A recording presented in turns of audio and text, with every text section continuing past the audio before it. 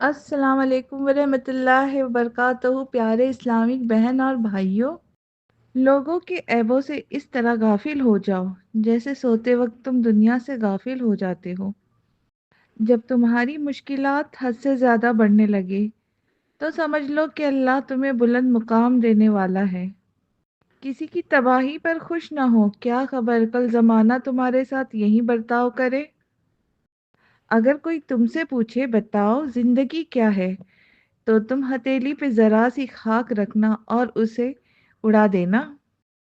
لوگوں سے یاد کرنے کا شکوہ مت کرنا، کیونکہ جو انسان اپنے رب کو بھول سکتا ہے وہ سب کو بھول سکتا ہے۔ زبان کا وزن بہت ہی ہلکا ہوتا ہے، مگر بہت کم لوگ اسے سنبھال پاتے ہیں۔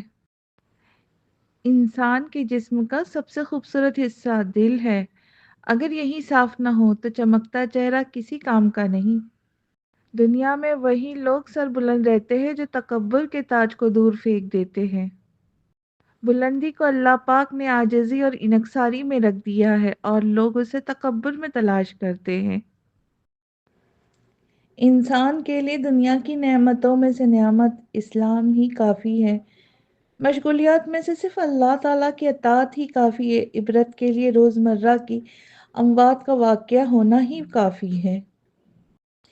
تمہاری عورتوں میں سب سے بہترین عورت وہ ہے جو اپنے کردار میں پاک دامن اور اپنے شوہر کو ہر درجہ پسند کرنے والی ہو۔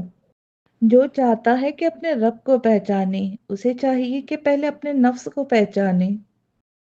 صرف دو لوگ مقدر والے ہوتے، ایک وہ جنہیں وفادار دوست ملتا ہے اور دوسرا وہ جن کے ساتھ ماں کی دعائیں ہوتی ہیں۔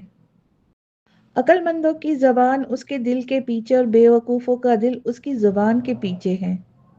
جو مرد بار بار عورت کو دھوپ میں لا کھڑا کرے وہ کبھی اس کے چھاؤں نہیں بن سکتا۔ مرض میں جب تک ہمت ساتھ دے چلتے پھرتے رہو۔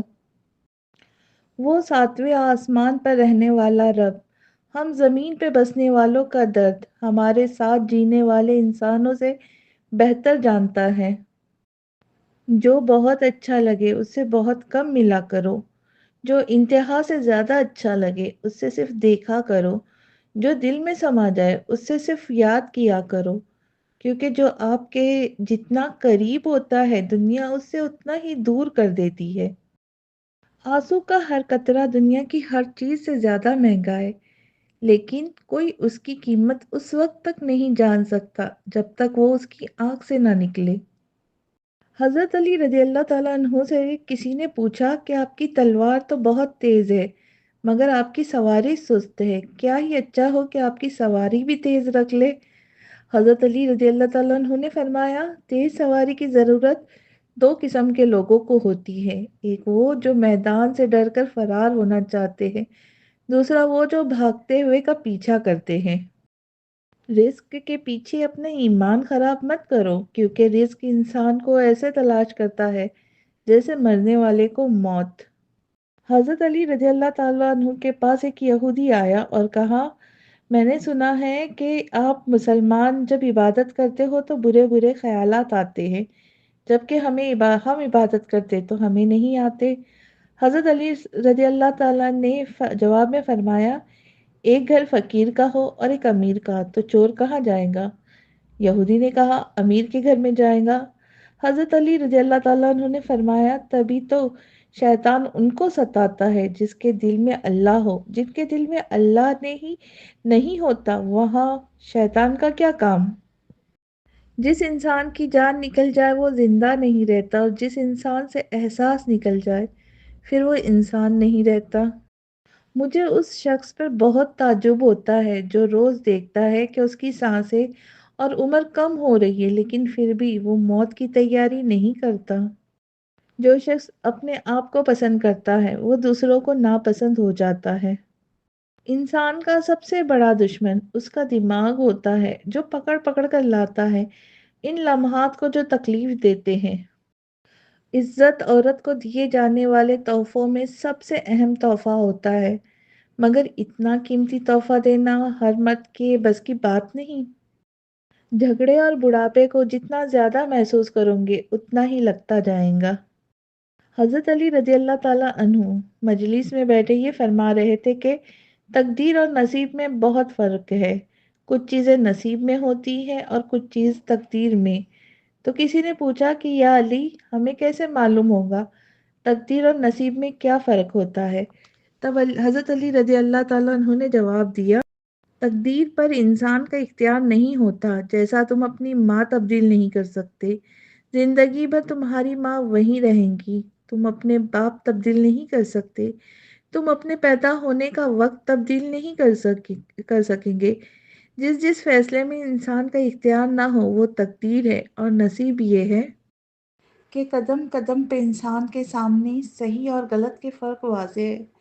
جو فیصلہ انسان اپنے لیے کرتا ہے، جس جس چیز پر انسان اپنا اختیار رکھتا ہے، اور سارے فیصلے انسان کے آنے والے نصیب کو بہتر یا بدتر بناتے۔ اس شخص نے پوچھا، یا علی، مثلاً؟ حضرت علی رضی اللہ تعالیٰ عنہ نے فرمایا، جیسا کہ والدین اپنی اولاد کو پڑھانا چاہتے لیکن اولاد اپنے علم پر توجہ دینے کی بجائے اپنی خواہشات کے پیچھے بھاگتے رہے، تو یہ اس کا فیصلہ ہے، قدرت کا نہیں۔ اس سے غلط فیصلے کے انجام کو نصیب کہتے ہیں۔ اور جس سے انسان اپنی خواہشات کو پورا کرنے کے لیے غلط طریقے سے دولت کماتا ہے، اس غلط طریقے کے انجام کو نصیب کہتے ہیں۔ اے انسان، یاد رکھنا، اللہ تعالیٰ کبھی کسی کا برا نہیں چاہتا، بلکہ انسان کے غلط فیصلے انسان کو برا کرتے ہیں۔ تو اس نے پوچھا، یا علی، اگر کوئی فیصلہ کرتا رہے پھر بھی اس کی زندگی تکلیفوں سے بھر جائے تو پھر؟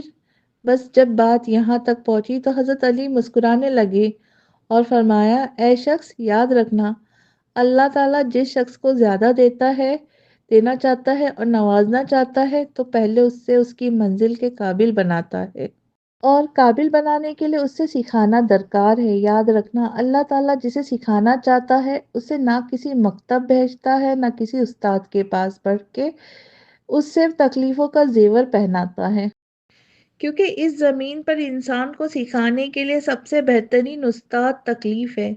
اللہ اس کی تقدیر میں تکلیف اس لیے لکھتا ہے تاکہ وہ تکلیف دیکھ دیکھ کر اس منزل کے قابل ہو جائے جو اللہ نے اس کے لیے رکھ دی ہے۔ اگر ویڈیو اچھی لگی تو ویڈیو کو لائک، چینل کو سبسکرائب اور زیادہ سے زیادہ اس ویڈیو کو شیئر کریں۔ اللہ حافظ۔